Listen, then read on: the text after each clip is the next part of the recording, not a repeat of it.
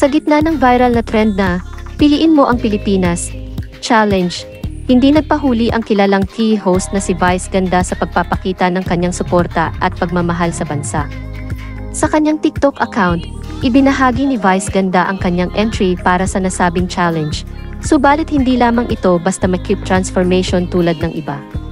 Sa halip, ipinakita niya ang kanyang makahulugang pagmamahal sa Pilipinas sa pamamagitan ng pagpapakita ng ilan sa mga mahalagang issue at problema ng bansa.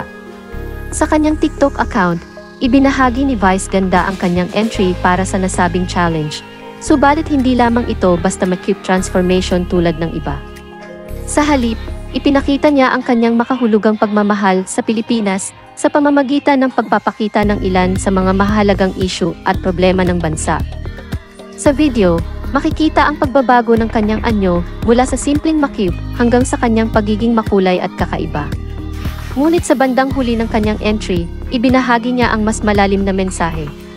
Pinakita ni Vice Ganda ang ilan sa mga suliranin ng bansa tulad ng kahirapan, kawalan ng trabaho, at iba pang mga issue na patuloy na nagpapahirap sa mga Pilipino. Sa kabila ng mga ito, ipinahayag niya ang matapang na mensahe ng pagmamahal sa Pilipinas. Kahit mahirap kang ipaglaban, pinipili pa rin kita, Pilipinas.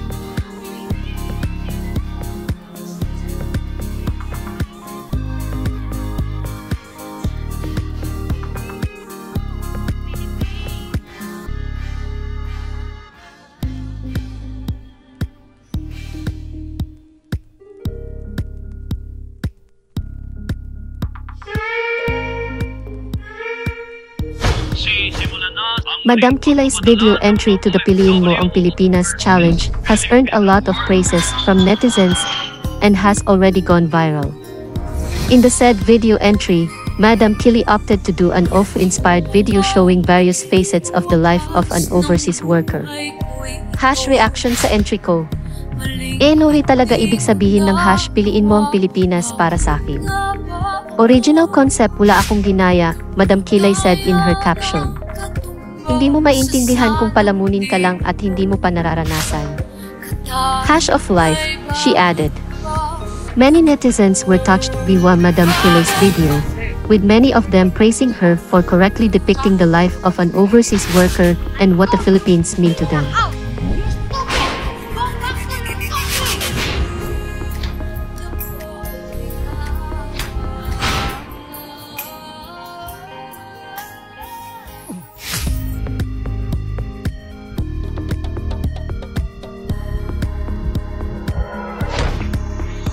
Anak, tapos na yung kontrata ni nanay, uuwi na ako. Miss na miss ko na kayo.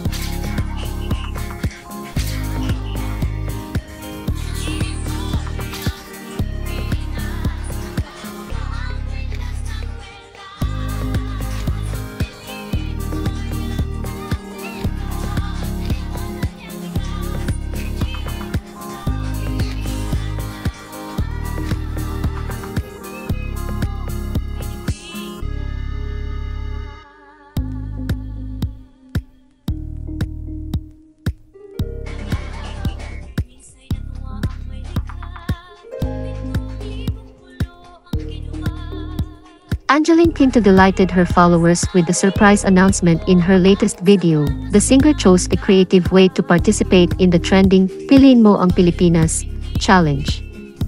In the video posted on her Instagram feed, Angeline revealed her growing baby bump, announcing her second pregnancy. To add to the excitement, Angeline also revealed that she is expecting a girl. The announcement was warmly received as netizens flooded her post with sweet messages.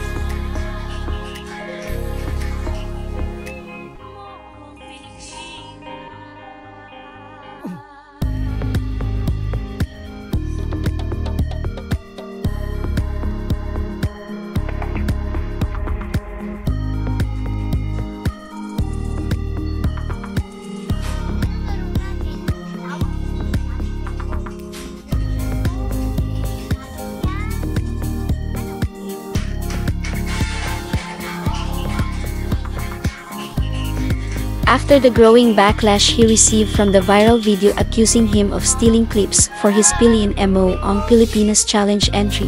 Content creator Wamos Cruz has finally released a video addressing the situation. In his 17-minute video on Facebook, Wamos Cruz apologized for using clips without permission in his video. The clips, from JAK73's 2023 Sinulog Festival video, caused controversy among netizens. In the video and the post comment section, Wamos Cruz apologized on behalf of his editor, who claimed to be the one at fault. The content creator also said that JAK73 should have sent a message instead of making a video about the incident. While several fans took to his side, many netizens were unsatisfied with Wamos Cruz's statement, saying that he should have taken accountability and not blamed everything on the editor. Some also tried to explain the struggle of videographers such as JAK73 when it comes to shooting their videos and that they do not deserve to have their hard work stolen.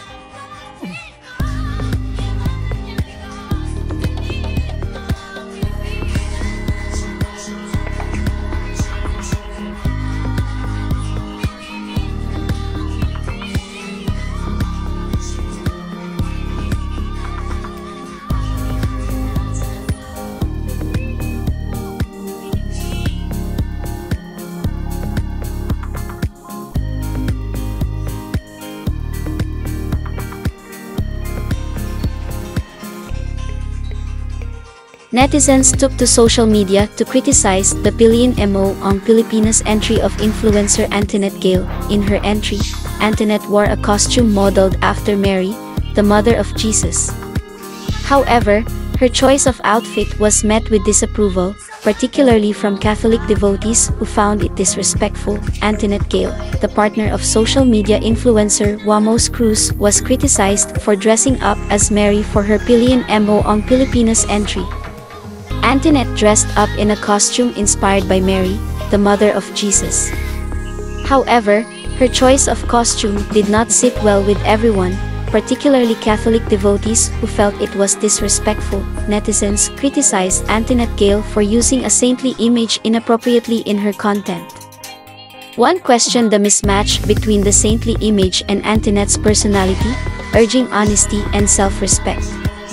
Another netizen sarcastically labeled her as the patron of gamblers, while Glenn pointed out the inappropriateness of her costume, noting that Mama Mary, whom she was emulating, did not alter her body or dance indecently. Amari warned that such worldliness leads only to further inappropriate displays. Now playing. Ivana's video has already garnered over 5 million likes and over 32.9 million views. Ivana's video is simple, but her beauty is captivating, leaving audiences wanting to see more from the video. The comment section is full of praise from fellow content creators and fans.